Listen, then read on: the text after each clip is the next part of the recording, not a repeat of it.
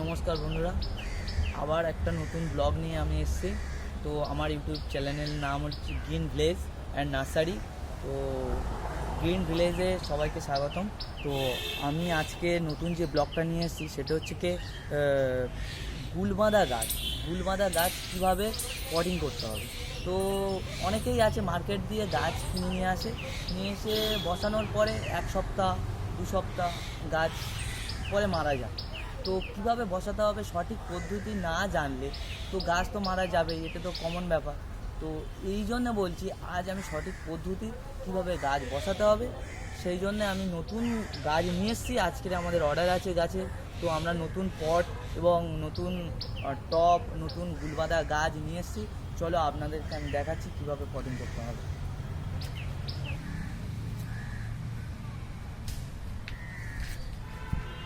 বন্ধুরা, এই হচ্ছে কি গুলবাঁধা গাছ।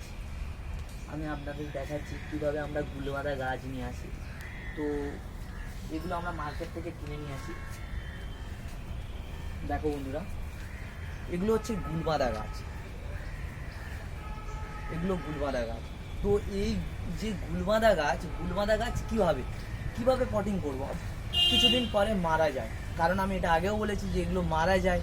তো যাতে না মারা যায় তার জন্য সঠিক পদ্ধতি আমার ব্যবহার করতে হবে। কারণ আমরা সঠিক পদ্ধতি না জানলে এটা আমরা কিভাবে ব্যবহার করব। তো আগে ফার্স্ট টাইম আমি তোমাকে দেখাতে যাচ্ছি কিভাবে মাটি তৈরি করা হবে।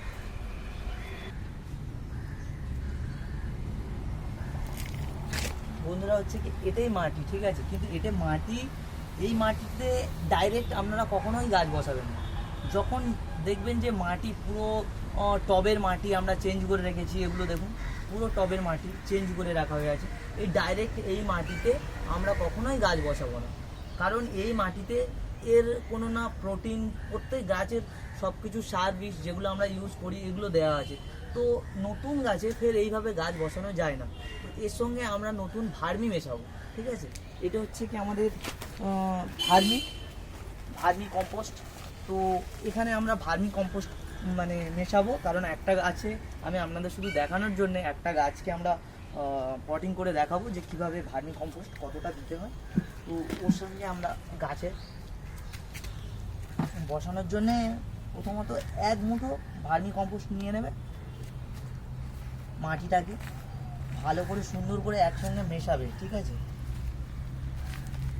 মিক্সিং যেন না পুরো কোনো দানা দানা আর কি না থাকে।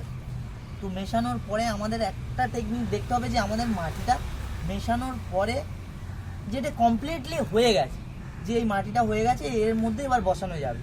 তবে এটা সবসময় দেখবেন, চেক করে দেখবেন, এরকম মুঠো মেরে দেখবেন যে মাটিটা ফেটে যাচ্ছে কিনা।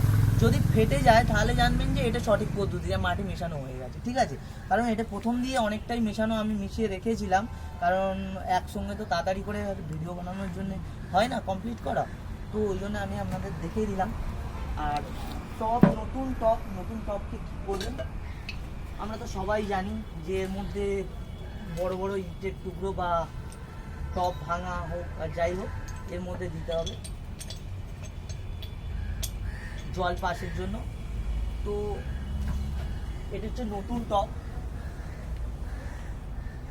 টবে এটা হচ্ছে গিয়ে জুঁই। আমি প্রথম আপনাকে জুঁই একটা গাছ বসিয়ে দেখাচ্ছি। জুঁই গাছ দেখুন, এটা গুলবাঁধা আছে, ঠিক আছে। তো প্রথমে তো আমরা এই মাটিটা এখানে দিয়ে দেবো, কিছুটা মাটি এখানে দিয়ে দেবো। দেওয়ার পরে গাছ দেওয়ার পরেই আমরা পুরো মাটি দিতে থাকবো, চারদিকে একটু ভালো করে চেপে দেবো।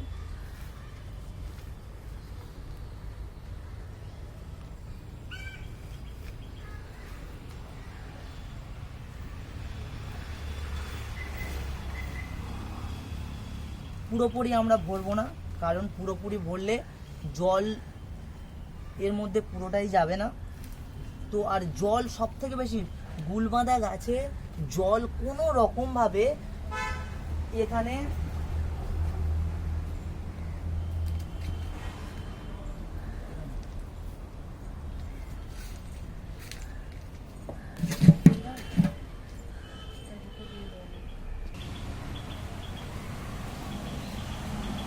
দেখো বন্ধুরা, এটা পুরো কমপ্লিটলি একটা গাছ আমি বসিয়ে দিয়েছি। তো এখানে জল আমি বারবার বলছি যে জল এখানে দেবে কম করে, ঠিক আছে, জল এখানে কম দেবে, কারণ জল বেশি দেবে না, আর ছাওয়াতে রেখে দেবে। সব থেকে বড়ো কথা, ছাওয়াতে ম্যাক্সিমাম এটা 3 থেকে 4 দিন বা 5 দিন যদি আপনারা ছাওয়াতে রেখে দেন তো খুবই ভালো হয়। গাছ বসে যাওয়ার পরে আপনি যেখানে সাজাবার সেখানে সাজাবেন। আর দ্বিতীয়ত, ফুল যদি কাদা ভাব থাকে, আমরা এটা দেখছি এটা টাইট, কারণ এটা আমরা আগের দিনেই তোলা আমাদের গাছ, তো এটা আমরা টাইট আছে, তো আজকের আমরা বসাচ্ছি। কিন্তু যদি এটা কাদা ভাব থাকে, এতে কখনোই আপনারা বসাবেন না সঙ্গে সঙ্গে গাছ নিয়ে গিয়ে আমরা মনে করবেন যে মাটিতে বা কাদাতে আমরা বসিয়ে দিলে গাছ হয়ে যাবে, না, ভুল কথা, বসাবে না, কারণ বসালে গাছটা মারা যাবে। তো এটাই আমরা সব থেকে বেশি ভুল করে থাকি, যে গিয়ে ডাইরেক্ট আমরা গুলপাতা গাছ নিয়ে গেলাম, বা অতিরিক্ত জল দিয়ে দিলাম, বা অতিরিক্ত মাটি দিয়ে গিয়ে বসিয়ে দিলাম কাদাতে, তো গাছ হয়ে যাবে, কিন্তু এটা কোনোদিন না। আমরা রেখে দিতে হবে, গুল একটু হালকা শুকালে আপনারা জল দিন বা পেপার দিয়ে ভালো করে মুড়ে দিন, দেওয়ার পরে এটা রেখে দিন, হালকা জল দিয়ে রেখে দিন, গাছের পাতাতে জল দেবে। তো এই জন্য আপনাদের বললাম, আর আমার চ্যানেল তো আপনাদেরকে আমি বলে দিলাম। আর নেক্সট দিন আমি আপনাদেরকে পুরো দেখাবো আমার নার্সারিতে কত গাছ আছে, কত দিনের গাছ রয়েছে, এগুলো আমি পুরোটাই আপনাদের দেখাবো ভিডিও করে। তো আজকের এই ভিডিওর জন্য আপনারা শেয়ার করবেন আর কমেন্ট করবেন যে আপনারা কোন গাছ কিভাবে দেখতে চান, আর কতগুলো গাছ আমি আপনাদের, কত রকমের গাছ আমি আছে আমি আপনাদের দেখাবো নেক্সট ভিডিওতে, আর কত দিন ধরে এই গাছগুলো রাখা আছে সেটাও আপনাদের দেখাবো।